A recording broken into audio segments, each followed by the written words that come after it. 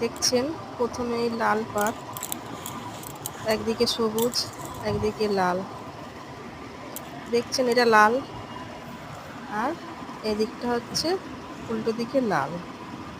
তাহলে কি করব, প্রথমে সবুজ পাড়টা দিয়েছি, দিয়ে মেশিনে হচ্ছে লাল দিয়ে করে নিয়েছি। তারপর এই দিকটা হচ্ছে দেখুন একবার, এদিকটা সবুজ, এদিকে সবুজ সুতো দিয়ে করেছি। অবশ্যই করবেন কিন্তু এদিকটা সবুজ দিয়ে, নাহলে কাস্টমার কিন্তু পছন্দ না হলে আবার ফেরত দেবেন।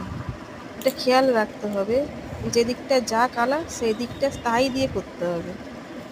এই দিকটা লাল আছে, আমি লাল দিয়ে করেছি, লাল সুতো, সবুজ পাড় থাকবে, ফলসটা থাকবে, কিন্তু লাল সুতো দিয়ে, দেখুন এই লাল সুতো দিয়ে এরকম হাতে করতে হবে।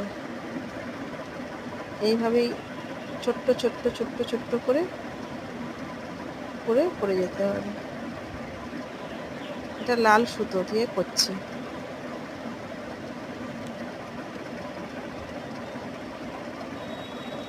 এটা লাল সুতো দিয়ে এইভাবে এক সাইডে হেম সেলাই করে যাচ্ছি। এইভাবে করলে কোনো কাস্টমার আর ফেরত দেবে না।